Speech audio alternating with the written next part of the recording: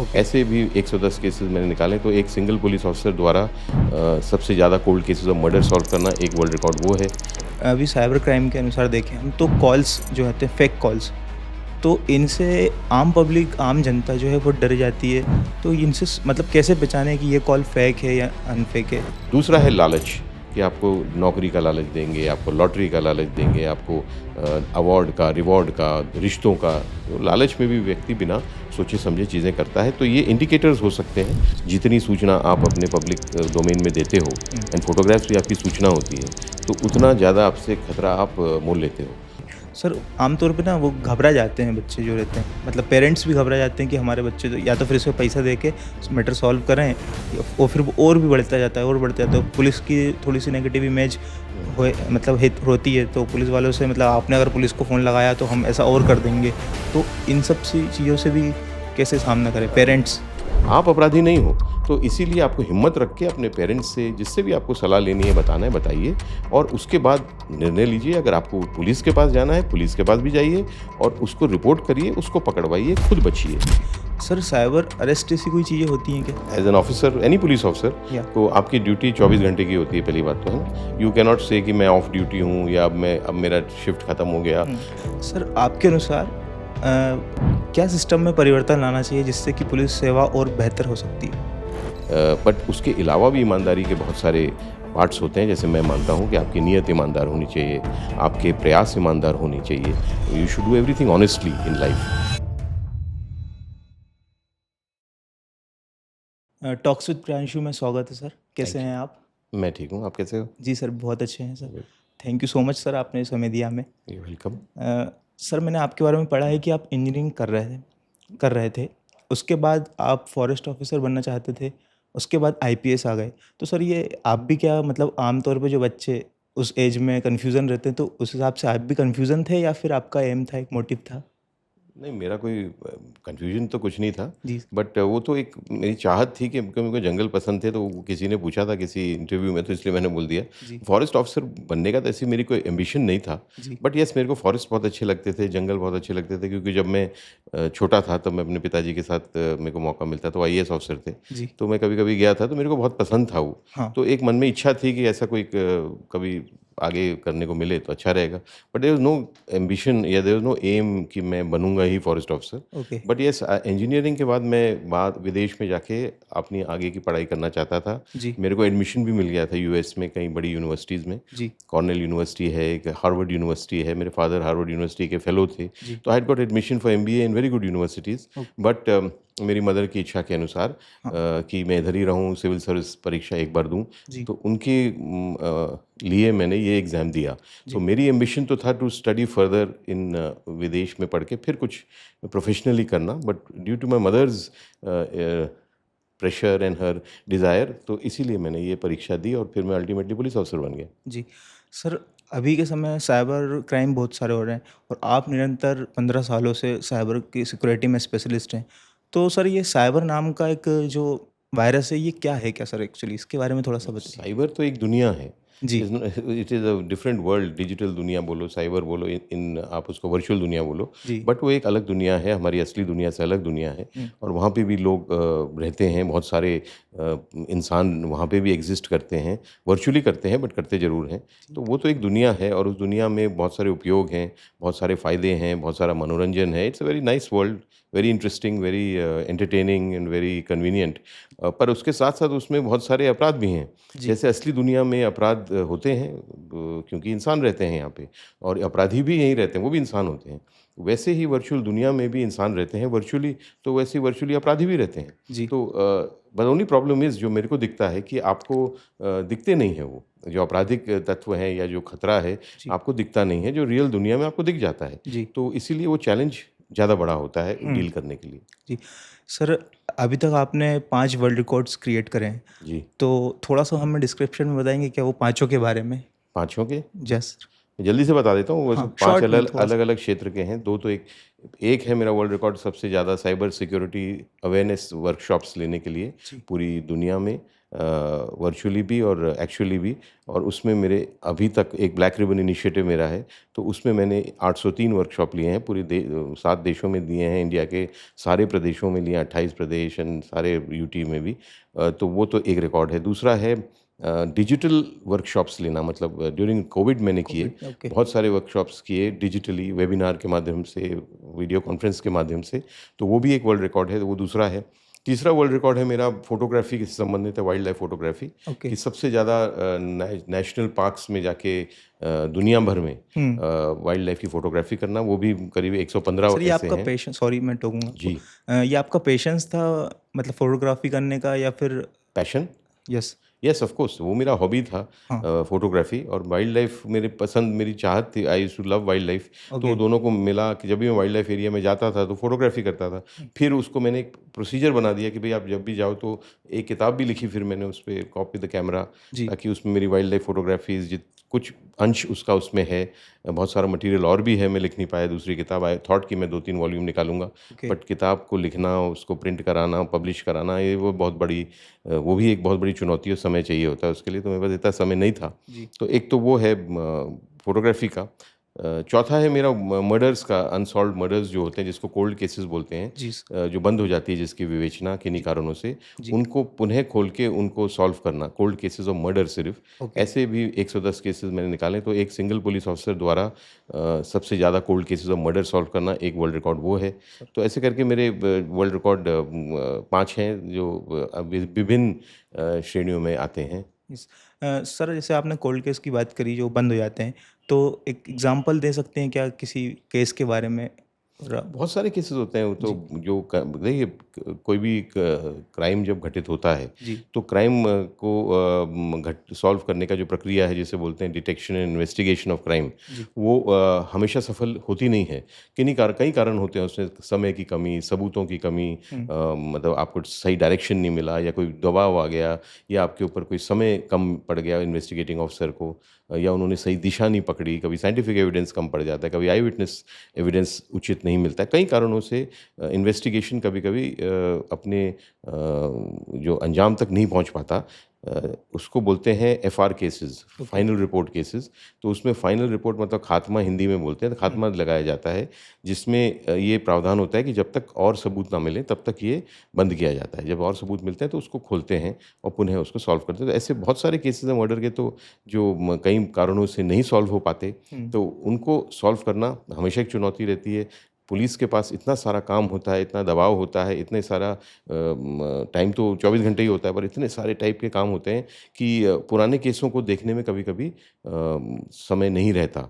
But उसको, क्योंकि मैंने एज़ अ मिशन चला था कि उसको एक विधिवत प्रोसीजर के अंडर करेंगे। तो कोल्ड केसेस का देखिए, कोल्ड इसलिए बोलते हैं कि ठंडी पड़ जाती है, जो ट्रेल होती है उसकी डिटेक्शन, आप उसको जब सॉल्व करते हो तो जो जो ट्रेल है वो ठंडी होती है, तो उसमें बड़ा मुश्किल से आपको सबूत मिलते हैं, तो बहुत प्रयास करने पड़ते हैं। तो इसलिए एक केस, कई केसेस थे ऐसे जो हमने खोल के सॉल्व किए, क्योंकि हमें अतिरिक्त सबूत मिल गए, जी। और फिर हमने उसको प्रयास करके सॉल्व किया।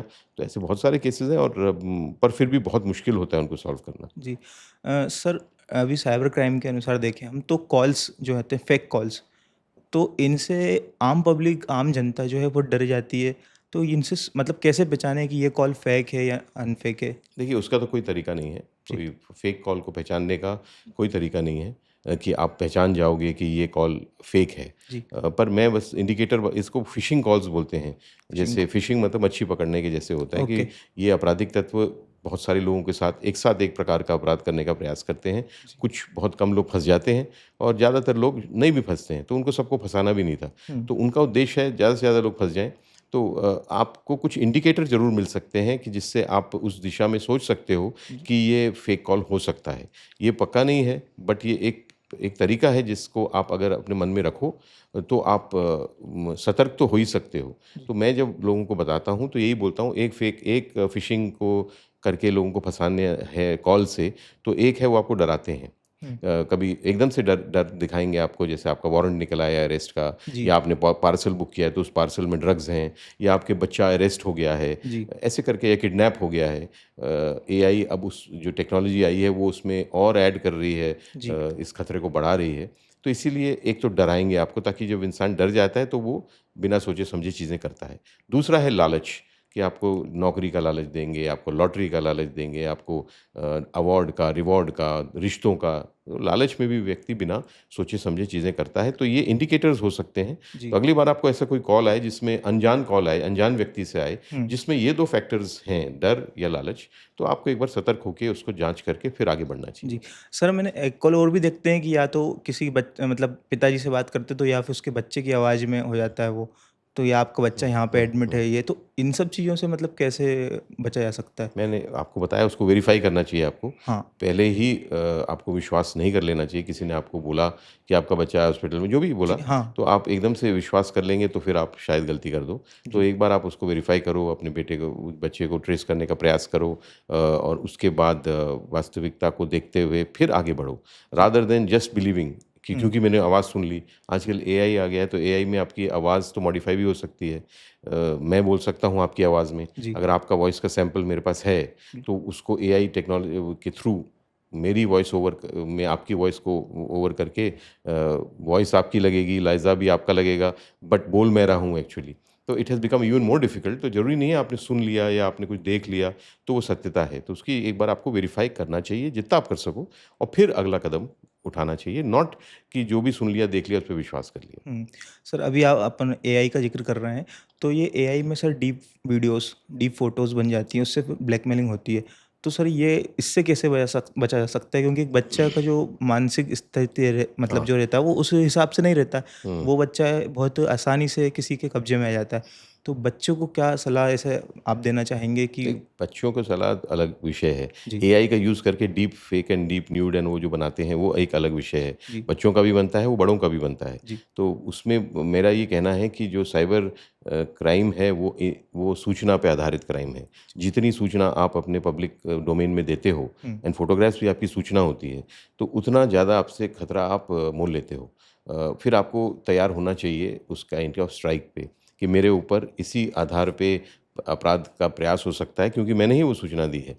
तो एक सेकंड जो एआई टेक्नोलॉजी है, वो भी सूचना पे आधारित है। तो इसलिए दोनों का जो मिश्रण हो गया है, एआई प्लस साइबर क्राइम, तो बहुत खतरनाक मिक्स हो गया है वो। तो इसीलिए मेरा सुझाव बस यही रह सकता है लोगों को, बच्चों को, जो भी है, कि अपनी सूचना को सुरक्षित रखिए, अपनी इन्फॉर्मेशन को सिक्योर रखिए, जी, और वो सिर्फ़ आप ही रख सकते हो। आपके लिए कोई आपकी इन्फॉर्मेशन को सिक्योर नहीं रखेगा। तो कितना शेयर करना, कब शेयर करना, किसके साथ शेयर करना कि भी नहीं करना, ये आपको डिसाइड करना पड़ेगा, और जी, उस मुताबिक अपनी सूचना को शेयर करना। ऐसे नहीं कि आँख बंद करके आप कुछ भी डालते रहो, कोई भी रील बनाते रहो, कोई भी अपनी स्टेटस अपडेट डालते रहो, और फिर सोचो कि मेरे ऊपर कोई अपराध का प्रयास नहीं होगा। अगर हो गया और उस सूचना के आधार पे हुआ जो आपने शेयर करी है, तो फिर आपको घबराना भी नहीं चाहिए। जी, आपको उससे सामना करना चाहिए, उसकी रिपोर्ट करनी चाहिए और उससे बचना चाहिए। जी। इंस रादर देन आप उनके चुंगल में आ जाओ अपराधियों के, और वो जो कहें वो आप करते जाओ। जी। सर आमतौर पे ना वो घबरा जाते हैं बच्चे जो रहते हैं, मतलब पेरेंट्स भी घबरा जाते हैं कि हमारे बच्चे तो या तो फिर इसमें पैसा दे के हुँ, मैटर सॉल्व करें या और फिर वो और भी बढ़ता जाता है और बढ़ता जाता है। पुलिस की थोड़ी-सी नेगेटिव इमेज हुँ। मतलब होती है, तो पुलिस वालों से मतलब आपने अगर पुलिस को फ़ोन लगाया तो हम ऐसा और कर देंगे। तो इन सब सी चीज़ों से भी कैसे सामना करें अ, पेरेंट्स? जी, मैं तो आपको बोल ही रहा हूँ कि उसमें घबराना नहीं चाहिए। एक बार अगर आप फँस भी गए, जी, गलती हो भी गई, तो आपको घबराना नहीं चाहिए, और उसके बाद उसका सामना करना चाहिए। पुलिस का नेगेटिव इमेज तो अपराधी बनाएँगे ही, जी, क्योंकि उनको बचना है ना? कानून से बचना है, कानून का पालन पुलिस कराती है, तो उनको बचने का हमेशा एक चाहिए होता है, तो हमेशा बोलते हैं आप पुलिस से दूर रहिए, तो बताओगे तो फिर हम ये कर देंगे। तो वो नेगेटिव इमेज पुलिस की नहीं है, वो नेगेटिव इमेज पुलिस की बनाई जाती है अपराधियों द्वारा। तो पहली बात मैंने जैसे बोला, आपको पहले भी बोला, फिर बोल देता हूँ, कि आपको पहली बात तो अपनी सूचना को सुरक्षित रखना चाहिए, ताकि आप इस प्रकार के आपराधिक चीज़ों में फँसो ही ना। और हुँ, अगर फँस भी गए, तो फिर आपको ये मन में रखना चाहिए कि ये आपने गलती नहीं करी है, बच्चों को स्पेशली, बिकॉज़ वो बताते नहीं हैं जब तक बहुत देर ना हो जाए। आपको अगर कभी ऐसा हो गया कि आप किसी चीज़ में फँस गए, जी, तो फिर आपको मन में रखना चाहिए, इसको बोलते हैं ऑनलाइन ग्रूमिंग। ग्रूमिंग मतलब आपको तैयार करते हैं वो और नेक्स्ट अपराध के लिए, नेक्स्ट अपराध के लिए। तो और इसीलिए आपको मन में रखना चाहिए कि गलती आपने नहीं करी है। जो अपराध है वो दूसरा कर रहा है आपके ऊपर, आप अपराधी नहीं हो। तो इसीलिए आपको हिम्मत रख के अपने पेरेंट्स से, जिससे भी आपको सलाह लेनी है, बताना है, बताइए और उसके बाद निर्णय लीजिए। अगर आपको पुलिस के पास जाना है, पुलिस के पास भी जाइए और उसको रिपोर्ट करिए, उसको पकड़वाइए, खुद बचिए। ये मत सोचिए कि आपने मैं देखिए कई महिला लड़कियाँ होती हैं, उनको ये फँसा लेते हैं बच्चियों को जी, और फिर उनको ब्लैकमेल करके उनसे ही बोलते हैं कि अब हम बता देंगे तुम्हारे पेरेंट्स को, अब हम इसको वायरल कर देंगे इसको, तो फिर और वो उनसे और अश्लील फ़ोटोग्राफ्स खिंचवा के अपने आप बुलवा लेते हैं, तो और वो फँसते जाते हैं। तो ये मैंने कहला अगर आपको गलती हो गई, तो आप अपराधी नहीं हो, आप विक्टिम हो, you are not the offender. तो जी। अपराधी का काम होता है छुपाना और फरियादी का काम होता है बचाना, बताना। तो इन बच्चों को बताना चाहिए और मदद लेनी चाहिए और इसको ख़त्म करना चाहिए रादर देन कि और फँसते जाना चाहिए। जी। सर साइबर अरेस्ट ऐसी कोई चीज़ें होती हैं क्या? नहीं। वो तो एक टर्म है जो शायद मीडिया में या पता नहीं किसने बना लिया, जी, तो वो प्रचलन में आ गया और वो बोलने लगे digital arrest. Arrest and cyber arrest. ऐसा कोई कानूनी प्रावधान होता नहीं है कि साइबर माध्यम से, डिजिटल माध्यम से कोई भी सिक्योरिटी एजेंसी किसी व्यक्ति को अरेस्ट कर सके या किसी व्यक्ति को पूछताछ कर सके या किसी व्यक्ति को डिटेन कर सके, ऐसा कोई कानूनी प्रावधान है नहीं और ना कोई ऐसी एजेंसी है जो इसको लागू कर सकती है। तो ये तो एक प्रचलन में शब्द आ गया है, पर ये इसका कोई कानूनी आधार नहीं है। जी। सर साइबर फ्रॉड्स अगर कोई शिकार हो जाता है तो उसे किस स्टेप से मतलब उसको पुलिस कंप्लेंट करना चाहिए और पुलिस उसके लिए क्या कदम उठा सकती है? मेरा बिल्कुल आपको पक्के तौर पे कहना है कि साइबर फ्रॉड से रिपोर्ट करना और उसका इन्वेस्टिगेट करना, वो तो नेक्स्ट पार्ट हो गया। वो अपन बाद में सोचेंगे। जी, पहले अपन को सोचना है कि उससे बचना कैसे है। तो आप ऐसी चीज़ें करो ताकि आप ऐसे फ्रॉड में फँसो ही ना। जब आप नहीं फँसोगे तब आपको दूसरे कदम उठाने की ज़रूरत ही नहीं पड़ेगी।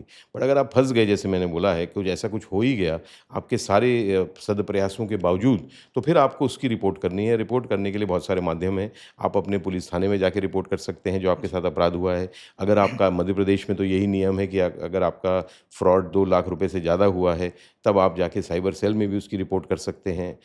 और तीसरा विकल्प है आपके पास ऑनलाइन करने का, जो गवर्नमेंट ऑफ इंडिया का रिपोर्टिंग पोर्टल है। उसका है आईडी है www.cybercrime.gov.in। आप उस पे जाके अपना रिपोर्ट दर्ज कर सकते हो या 1930 को कॉल करके अपना रिपोर्ट बता सकते हो और उसको इन्वेस्टिगेट करा सकते हो। ये तो उसका तरीका है डिटेक्शन इन्वेस्टिगेशन का। बट मेरा लोगों को आग्रह रहेगा कि आपको सारे प्रयास करने चाहिए जिससे आप इस अपराध से बचो। Prevention is better than cure. तो please go for prevention rather than cure. Sir हम सब लोग सोशल मीडिया यूज़ करते हैं तो ऑनलाइन प्राइवेसी हम कैसे मतलब अपनी प्राइवेसी जो लोगों तक, क्योंकि हम कहीं जा रहे हैं तो फ़ोटो खींच रहे हैं, स्नैपचैट का यूज़ हो रहा है, फेसबुक स्टोरी, इंस्टाग्राम लगा रहे हैं, तो इन सब चीज़ों से कैसे बचाया जा सकता है ताकि मतलब जो गुनहगार है उसे अपनी खबर ना पहुँचे? इंफॉर्मेशन सिक्योरिटी जो शब्द है, जी, ये अपनी सूचना को सुरक्षित रखना है, जी, जितना संभव हो। पूरी सूचना आप को बंद नहीं कर सकते ताले में और डब्बे में, बट जितना संभव हो उसको आपको करना चाहिए। और इंफॉर्मेशन सिक्योरिटी सिर्फ़ आप कर सकते हो। आपकी इंफॉर्मेशन कौन आपके लिए सिक्योर करेगा? क्या आप पोस्ट कर रहे हो, क्या आप लाइक कर रहे हो, क्या आप शेयर कर रहे हो, क्या आप फॉरवर्ड कर रहे हो? ये कौन कर रहा है? आप कर रहे हो या वो व्यक्ति कर रहा है? तो उसको कौन रोक सकता है या कौन उसको बेटर ढंग से कर सकता है? वो व्यक्ति ही कर सकता है, कोई तीसरा नहीं आ सकता। तो आपके और आपके उपकरण के बीच में का खेल होता है ये। तो आपको अपनी सूचना को सुरक्षित रखना चाहिए, जितना हो सके। जैसे मैंने बोला, अगर मैं आपको बोलूँ आज की व्हाट्सएप तो आज के बाद करना मत, इंस्टाग्राम पे कोई कुछ मत पोस्ट करना, अगर मैं ऐसा बोलूँ तो कोई फ़ायदा नहीं होगा, बिकॉज़ कोई ऐसा करेगा नहीं। बट जो भी आप करो, उसको ध्यान से करो। मैं लोगों को यही बोलता हूँ, आप ज़रूर करो, बिल्कुल करिए, सोशल मीडिया भी करिए, डिजिटल वर्ल्ड में भी आप कार्रवाई करिए, बट उसको थोड़ा ध्यान से करो ताकि आपको दिक्कत ना आए। कितना इन्फॉर्मेशन शेयर करनी है, किसके साथ शेयर करनी है, कब शेयर करनी है कि नहीं करनी है, ये आपको निर्णय लेना पड़ेगा, निरंतर लेना पड़ेगा। जो भी आप पोस्ट कर रहे हो, एक बार सोचना पड़ेगा कि ये जो लाइक कर रहे हो, उसको भी सोचना पड़ेगा, ताकि आप वो गलती ना कर बैठो। उसके बाद भी गलती हो, तो फिर जैसे मैंने आपको बोला, विकल्प फिर आपके पास दूसरे भी हैं रिपोर्टिंग के। जी। सर अभी एक मूवी आई थी 12th फेल। 12th फेल, जी, हाँ। उसको देख के बहुत सारे लोग प्रेरित हो गए हैं कि हम भी आईपीएस, आईएएस या जी, फिर इस हाँ। तरीके की फील्ड की जॉब करेंगे। तो क्या मूवी वास्तव में प्रभाव डालती है और जैसा मूवी में बताया गया है संघर्ष, क्या वैसा ही संघर्ष रहता है या उससे हट के रहता है? अनफॉर्चुनेटली मैंने वो मूवी देखी नहीं है, ओके, तो मैं उसके बारे में आपको डायरेक्टली टिप्पणी नहीं कर सकता। बट जी, येस फ़िल्म्स का एंड मूवीज़ का एंड उसका तो बहुत प्रभाव होता है, जी, स्पेशली यंगस्टर्स पे एंड बच्चों पे ज़्यादा होता है, बिकॉज़ उनका माइंड इम्प्रेशनेबल रहता है और वो जल्दी मान जाते हैं चीज़ों को, अनुभव की थोड़ी कमी होती है, तो जो वो देखते हैं उसका सब पे होता है, वैसे हम पे भी होगा, बट बच्चों पे, युवाओं पे ज़्यादा होता है। तो उसमें अगर आप ऐसी चीज़ देखो जो आपको प्रेरित करे, तो आप प्रेरित भी होते हो। बहुत लोग मेरे से संपर्क करते हैं इंस्टाग्राम पे, एंड पे कि हम आईपीएस बनना चाहते हैं, हम आपके जैसा बनना चाहते हैं, हम यूपीएससी देना चाहते हैं। तो वो तो निरंतर एक प्रक्रिया है। जी, लोगों को हमेशा रहेगा वो क्रेज़ या वो प्रभाव जो वो फ़िल्मों से देखते हैं या फिर जो उनको अपनी असली ज़िंदगी में दिखती है। तो yes of course they do get influenced. Yes. Sir, अब मैं थोड़ा-सा व्यक्तिगत जानना चाहता हूँ। जी। सर, आपकी पढ़ाई कहाँ से स्टार्ट हुई? स्कूलिंग कहाँ से हुई है? और फिर आप कैसे इंजीनियरिंग तक हुँ। पहुँचे? मेरी पढ़ाई यार देखिए मेरे पिताजी आईएएस ऑफ़िसर थे, मैंने आपको बताया। जी हाँ, तो वो जहाँ पे रहते थे पोस्टेड, मैं वहाँ पढ़ा हूँ। तो जी, मैंने अपने 12 साल की स्कूलिंग में 10 स्कूल बदले। तो लोग बोलते हैं कि एक स्कूल से दूसरे स्कूल में चले गए हमारा बच्चा, तो वो पढ़ाई में वीक हो गया, वो हुँ, पीछे रह गया और वो तो मैंने तो 10 स्कूल बदले और हाँ, मैं इंडिया में भी पढ़ा, मैं यूएस में भी पढ़ा। मैं पहले मेरी पढ़ाई शुरू हुई भोपाल से। जी, जब मेरे पिताजी मैं जहाँ-जहाँ पदस्थ थे मैं था, फिर भोपाल में पढ़ा, फिर उसके बाद मैं बॉम्बे में पढ़ा, फिर उसके बाद ग्वालियर, फिर रायपुर, फिर भोपाल आया, फिर उसके बाद मैं यूएस में पापा चले गए तो मैंने 9th-10th यूएस से करी। फिर मैं दिल्ली में आए, वो दिल्ली में तब मैंने डीपीएस मथुरा रोड दिल्ली से अपना 11th-12th किया। तो ऐसे करके मेरी स्कूलिंग का वो निकला और फिर मैंने इंजीनियरिंग कॉलेज जॉइन करा एनआईटी ट्रिची। तो जी, ये मेरा उसका जो यात्रा थी। बट हाँ, बहुत सारे स्कूल, बहुत सारी नए स्कूल में जाओ नए तो ऑफ कोर्स एडजस्टमेंट का टाइम भी लगता है, बहुत आपको दिक्कत आती है बट इट इज़ आदत पड़ गई तो हमने किया। जी। सर, एक आईपीएस का कर्तव्य क्या-क्या रहता है? जब वो ऑन ड्यूटी रहता है, तो वो किन-किन विषयों पे मतलब सेवा देता है समाज को? आईपीएस तो as an officer any police officer या तो आपकी ड्यूटी 24 घंटे की होती है, पहली बात तो है ना। यू कैन नॉट से कि मैं ऑफ ड्यूटी हूँ या अब मेरा शिफ्ट खत्म हो गया हुँ, एंड अब मेरा काम अब मैं नहीं कुछ करूँगा। Specially as an IPS officer, senior officer जो होते हैं, बाकी जो कांस्टेबल होते हैं, हेड कांस्टेबल होते हैं, उनकी तो फिर भी ड्यूटी होती है, 8 घंटे की शिफ्ट्स होती हैं। बट सीनियर ऑफिसर्स की कोई ड्यूटी का टाइम नहीं होता, नो हॉलीडे, नो त्योहार। तो जब भी त्योहार होता है, मैं हमेशा बोलता हूँ, ये जब लोग सोते हैं, सोने का समय आता है तब हमारे जागने का समय आता है। जब लोगों को त्योहार मनाने का टाइम आता है, खुशियाँ, तब हमारी जवाबदारियाँ बढ़ जाती हैं। चाहे वो मैच का वक़्त आए, चाहे वो कोई दिवाली आए, चाहे होली आए। तो it is police officers job very tough job, है ना? एंड दायित्व आपने जो बोला, दायित्व बहुत सारे हैं हमारे। जो मेन दायित्व है वो ये है कि देश की जो हमारे क्षेत्र है जहाँ पे आप पदस्थ हो, उसमें कानून व्यवस्था बनी रहे, कानून का राज रहे, संविधान का पालन हो, आपके अपराधों पे नियंत्रण हो और उसके उपरांत जो अपराध घटित हो जाते हैं तो उनको सुलझाना है, डिटेक्ट करना है, इन्वेस्टिगेट करना है। वीआईपी विज़िट्स होती हैं, उनका प्रबंधन करना है। त्योहार आते हैं तो उसमें आप पूरा लोगों की सुरक्षा देने का प्रयास करते हैं। लाइज़न करते हैं दूसरे डिपार्टमेंट्स के साथ। बहुत सारे काम होते हैं जो आप करते रहते हो, लोगों को कॉन्फिडेंस देते हो, उनको अवेयर करते हो, लोगों से मिलना पड़ता है, उनकी समस्याएँ सुननी पड़ती हैं, उनके आवेदन जो वो देते हैं, जो उनके साथ घटित हुआ और शिकायतें जो होती हैं जिसको हम बोलते हैं, बहुत सारी आती हैं। उसको हम मैं तो स्वयं हर से मिलता था, उनकी बात सुनता था, उसकी जाँच कराता था। जाँच में अगर कुछ पाया जाता था तो फिर कार्रवाई कराते थे। तो ऐसे करके हमारी नौकरी तो बहुत जटिल होती है और समय अपने लिए भी नहीं रहता, तो परिवार के लिए क्या रहेगा जी, और स्वास्थ्य के लिए भी नहीं रहता। तो बहुत फिर बाद में आदत पड़ जाती है थोड़े सालों बाद। शुरू में तो कठिनाई ज़रूर जी। आती है। पर्सनल लाइफ़, स्पिरिचुअल लाइफ़ और प्रोफ़ेशनल लाइफ़, हुँ। इन तीनों को कैसे मतलब मैनेज, क्योंकि पर्सनल लाइफ़ में भी थोड़ा-सा समय देना पड़ता है फैमिली को, स्पिरिचुअल भी होना पड़ता है। तो personal, spiritual and professional. Yes, या सी वो बैलेंस, वर्क लाइफ बैलेंस उसे बोलते हैं या कि आपको अपनी वर्क एंड लाइफ को बैलेंस करना पड़ेगा। तो वो मैंने बोला शुरू में थोड़ा मुश्किल होता है because but you are young, तो आपकी बॉडी भी फिट रहती है। आप बिकॉज़ आपकी ट्रेनिंग भी बड़ी कठिन होती है हमारी, तो हमको वैसे भी फिटनेस मिल जाती है। प्लस पारिवारिक समस्याएँ नहीं होती क्योंकि शादी कभी-कभी नहीं भी होती है, तो बाद में होती है। तो शुरू में आपको समस्या कम आती है because you are alone and you have to do the duty. But जब आपका फैमिली आ जाती है, you get married and you have children, तो आपके personal life becomes also demanding, या बट मेरी wife, I had an advantage, my wife was also the daughter of IPS officer, तो वो भी समझती थी पूरी पुलिस की जवाबदारियाँ एंड उनकी दिक्कतें एंड उन समय की कमी। तो वो मेरे को ज़रूर सहयोग मिला उस एंगल से, because she was already knowing, क्योंकि उन्होंने अपने फादर को देखा था पूरी ज़िंदगी।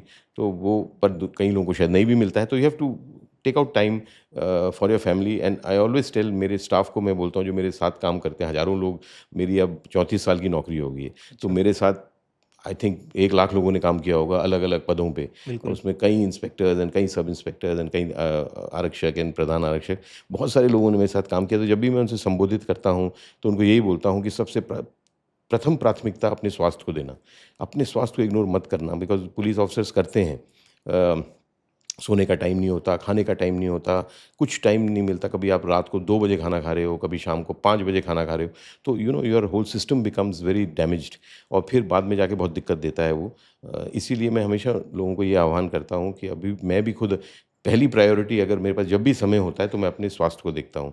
अब my own health, my my food, my exercise, ताकि मैं स्वस्थ रहूँ, फिर मैं सब कुछ कर सकता हूँ, अपने फैमिली को भी देख सकता हूँ, अपने जॉब को भी देख सकता हूँ। First priority should be health, family, job. I think it is like that. And job क्योंकि हमारी इतनी डिमांडिंग है, तो जनरली हमारा ज़्यादा समय प्रोफेशनली बीतता है, बहुत कम समय हमें मिलता है हमारी फैमिली एंड हमारे अपने लिए। तो पर उसका भी पूरा उपयोग करना चाहिए। You should have interest, patience, छुट्टी पे भी जाना चाहिए, कभी घूमना भी चाहिए।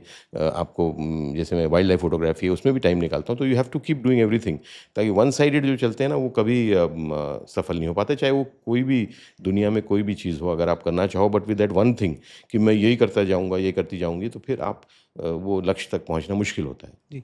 सर, एक आईपीएस ऑफिसर को क्या-क्या पर्क्स और रेस्ट्रिक्शन रहते हैं? ऐसा पर्क्स मैं एंड रिस्ट्रिक्शंस या as an IPS restriction officer. या रिस्ट्रिक्शंस, पर्क्स तो मतलब perks I won't call them, I will call them सुविधाएं जो आपको मिलती हैं, हाँ, ताकि आपको सपोर्ट जो सिस्टम्स रहते हैं, तो उसमें तो support is a lot. You get good house, you get a good vehicle, आपका अच्छा ऑफिस होता है, आपके पास आपके लिए हेल्पिंग स्टाफ होता है जो आपके समय को बचाते हैं, ताकि आप दूसरा समय दूसरी चीज़ों में दे पाओ। तो you got a good system of supporting your performance, उसमें तो कोई वो डाउट नहीं है।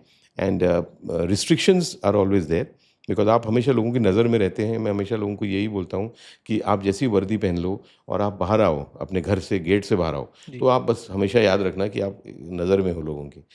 It's like a camera which is on view all the time.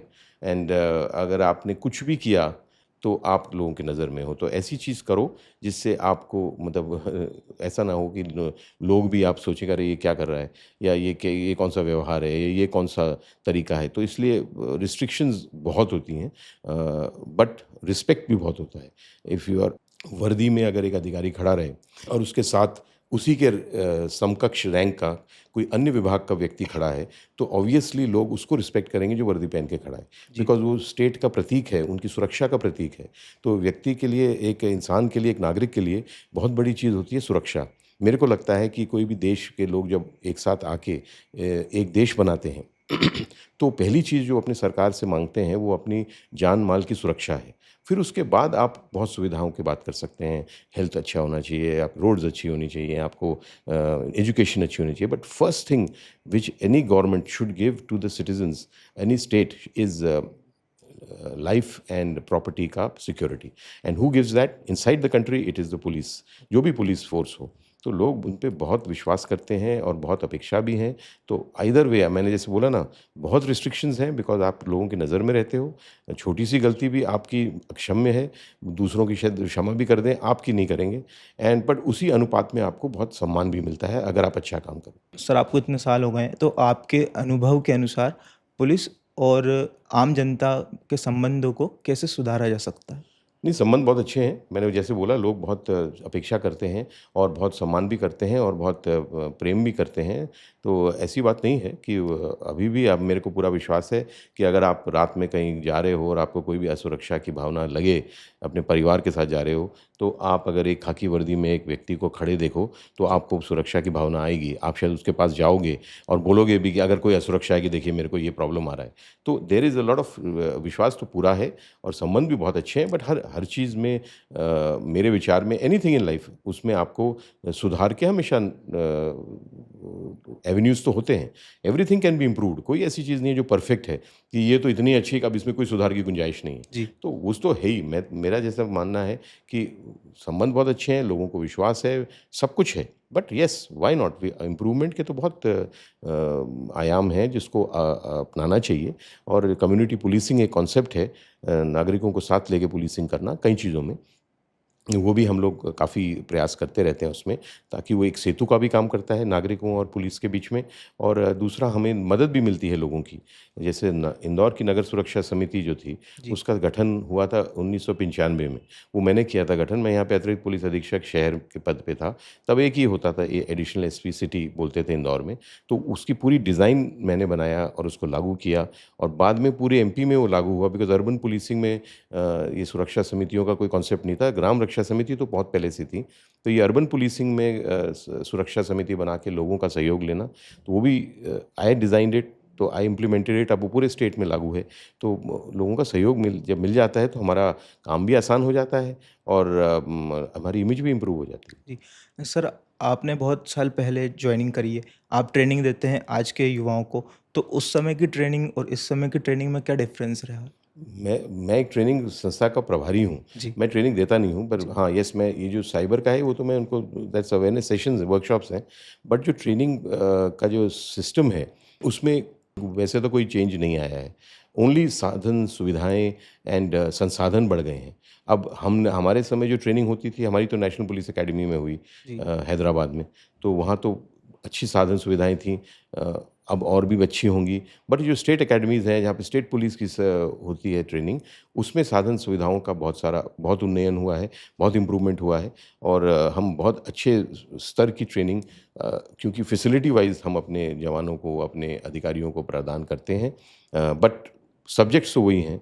तो seeing the new technologies and the new crime जो डेवलप होते हैं, उसमें हम मॉडिफ़िकेशन कर देते हैं और नए-नए कोर्स ऐड हो जाते हैं, नया-नया कंटेंट ऐड हो जाता है। But way of giving training is the same. Only thing is संसाधन इम्प्रूव हो गए हैं एंड कंटेंट हम अपग्रेड करते रहते हैं। जी।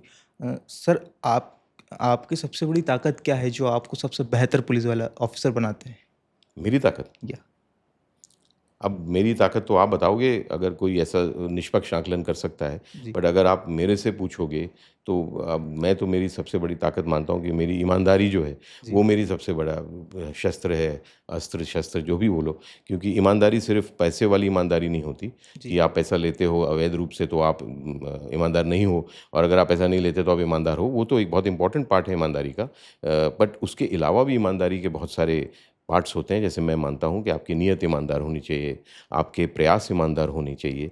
You should do everything honestly in life. तो I have always try to do it कि ऑनेस्ट रहो, डिसिप्लिन रहो, मतलब डिसिप्लिन में काम करो। अनुशासित काम भी बहुत ज़रूरी है, पुलिस में तो वैसे भी ज़रूरी है। But I feel her walk of life में हर नागरिक को अनुशासन प्रिय होना चाहिए, अनुशासन का पालन करना चाहिए। अनुशासन भी बहुत प्रकार के होते हैं, सिर्फ़ वो परेड ग्राउंड का अनुशासन नहीं होता। हुँ। अनुशासन भी समय का अनुशासन होता है, खाने का अनुशासन होता है, सोने का हर चीज़ अनुशासित करो। मैं हमेशा अनुशासन में रहने का प्रयास करता हूँ। तीसरा मेरा है कि आदर करना चाहिए लोगों का, संस्थाओं का, सिस्टम्स का।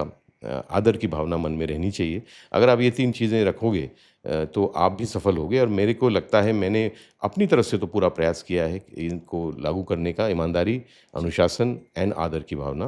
मैं कितना सफल हुआ हूँ आई डोंट नो, बट अगर कोई सफलता का कोई कारण है तो यही 3 हैं। जी। सर, आपके अनुसार क्या सिस्टम में परिवर्तन लाना चाहिए जिससे कि पुलिस सेवा और बेहतर हो सकती है? System is very good. Only the people who run the system, they should be good. ये मेरा मानना है हमेशा, आप भी जानते ही हैं, वो सिस्टम उतना ही अच्छा होता है जितना वो सिस्टम को चलाने वाले हों। जी। तो लोगों को अच्छे से ट्रेन करना चाहिए, उनको अच्छे से इक्विप करना चाहिए और उनको फिर अच्छे से लीडरशिप प्रोवाइड करनी चाहिए, उनको सही दिशा में जाने की प्रेरणा देनी चाहिए। तो मेरा बस ये मानना है कि सिस्टम तो बहुत अच्छा है, उसको चलाने वाले अच्छे होने चाहिए, जी। तो फिर वो सिस्टम और भी अच्छा होगा। जी, लेकिन सर कहीं न कहीं ये सवाल उठता है कि करप्शंस ज़्यादा रहते हैं पुलिस डिपार्टमेंट में, हुँ। तो इस पे पुलिस की इंटरनल कैसे काम करता है इसका? सही नहीं है। करप्शन इज़ अ जिसको बोलते हैं ना, एक डिज़ीज़ है, एक रोग है जी। जो कहीं हर जगह अनफॉर्च्यूनेटली पाया जाता है और गलत लोगों द्वारा किया जाता है। तो उनके खिलाफ कार्रवाई करने के बहुत सारे सिस्टम्स हैं, हमारे पुलिस डिपार्टमेंट में भी हैं। हमारे पास अपनी इंटरनल विजिलेंस होती है, then we have of course Lokayukta है, ईओडब्ल्यू है, कोर्ट्स हैं, देयर सो मेनी सिस्टम्स जो हमारी कार्रवाइयों को वॉच करते हैं। आपके कमीशंस हैं, human right commission and all. तो बहुत सारे चेक्स एंड बैलेंसेस तो हैं, बट गलत चीज़ होना वो फिर भी होती है, तो उसको पकड़ के उसके खिलाफ कार्रवाई करते हैं। बट ये बात से मैं आपसे सहमत नहीं हूँ कि पुलिस विभाग में ज़्यादा करप्शन है। जी। सर एक छोटा-सा संदेश जाते-जाते उन युवाओं को जो आपकी तरह बनना चाहते हैं। मेरी तरह बनना नहीं, अच्छा अगर आप ज़िंदगी में करना चाहते हो, आगे बढ़ना चाहते हो, तो एक अच्छा प्लान बनाइए ज़िंदगी में। मेक अ गुड प्लान कि आप क्या करना चाहते हो और वही करो जो आपका प्लान आप बना लो कि मैं ज़िंदगी में ये करना चाहता हूँ। ये मत करो जो सब लोग कर रहे हैं, ये मत चुनो जो सबसे आसान रास्ता है, ये मत आँख बंद करके विश्वास करो जो शायद आपके पेरेंट्स भी बोलते हैं। ऐसा नहीं कि उनकी बात मत मानो, बट आपको क्या अच्छा लगता है? आप क्या करना चाहते हैं? वो आप निर्णय लो। So when you there is a saying in English, when you do what you love, then you love what you do. तो जो आप करते हो, जब आप उसको अच्छा लगता है, तो फिर आप अच्छे से करोगे उसको। तो एक तो अपना प्लान सही बनाओ, दूसरा फिर उसको लागू अच्छे से करो एंड मेहनत करो, ईमानदारी से काम करो एंड अपना सफलता प्राप्त करो। 2-3 चीज़ें हैं जो हमेशा ज़िंदगी में विश्वास हमेशा रखना चाहिए माइंड में। एक है कि आपको अपनी हॉबीज़ के लिए, अपने इंटरेस्ट के लिए, अपनी चाहतों के लिए टाइम निकालना चाहिए। वो बहुत ज़रूरी है आपकी एक सारगर्भित व्यक्ति पर्सनैलिटी का निर्माण करने के लिए। You should have all round personality, well rounded जिसे बोलते हैं। तो उसके लिए अपनी जो आपकी हॉबीज़ हैं उसको डेवलप करिए और उसमें भी समय दीजिए और उसमें आपको आनंद भी आएगा एंड जानवरों से प्रेम करिए, जीव-जंतुओं से प्रेम करिए, उनको उनका सम्मान करिए। वो जो होते हैं ना, बेज़ुबान होते हैं, बट बेज़ुबान होते हैं पर इंसानों से ज़्यादा ईमानदार होते हैं, उनसे ज़्यादा वफ़ादार होते हैं और शायद उनसे ज़्यादा समझदार भी होते हैं। जी। तो ऑलवेज़ हैव मतलब जानवर हों, चाहे वो आपके पेट्स हों, चाहे वो गाय हो। जैसे मैं गाय पालता हूँ, मेरे घर में 6-7 गायें हैं और उसमें ज़्यादा बुल्स हैं, मतलब मेल हैं, क्योंकि और मेरे पास मेरा डॉग भी है, सब कुछ है। तो वो मेरा जो वो कंपेनियन है, मेरा कोको, वो वो मेरे साथ सबसे ज़्यादा स्वागत करता है। मेरे घर में और भी कोई ना करे, किसी का कोई समस्या हो, कोई बिज़ी हो, बट वो हमेशा रहता है आपके स्वागत के लिए, तो आपको वो अच्छा आनंद देंगे। उनको ज़रूर उनका सम्मान करिए, पर्यावरण की रक्षा करिए, ये सब चीज़ें करिए, महिलाओं का सम्मान करिए, बच्चों का अधिकार का हनन मत करिए। ये सब आप करेंगे ना, मैं हमेशा बोलता हूँ, देखिए इंडिया बोलते हैं कि हमारा देश को महान बनाना है। देश महान कब बनता है? जब हम सारे नागरिक लोग अपने-अपने कर्तव्य, ये जो मैंने बताए, जो आप कर सकते हो, रोज़ कर सकते हो और आपको कोई किसी को बताने की भी ज़रूरत नहीं पड़े। ट्रैफ़िक के नियमों का पालन करिए। मतलब ये सब करेंगे हम, तो कोई हमको तो कुछ नहीं लगेगा, बट उससे वो कड़ी जुड़-जुड़ के वो देश महान होगा, है ना? तो इसीलिए इन सब चीज़ों को करो। हमारे देश को अगर और महान बनाना है और विश्व पटल पे सबसे ऊपर ले जाना है, तो अपने दायित्व जो है ना, अपने कर्तव्य, उनका बिना किसी के बोले पालन करो और रोज़ करो, हर समय करो। ताकि आप भी खुश रहोगे और ये सिस्टम जो इम्प्रूव होगा तो आपको भी फ़ायदा होगा और हमारा सपना सबका जो है कि इस देश को एक दिन विश्व गुरु बनाना है, वो भी सफल होगा। हमारे माननीय प्रधानमंत्री जी का भी सपना है वो। सर बहुत अच्छा लगा आपसे मिलके। Thank you for inviting me. Thank you sir. Thank you.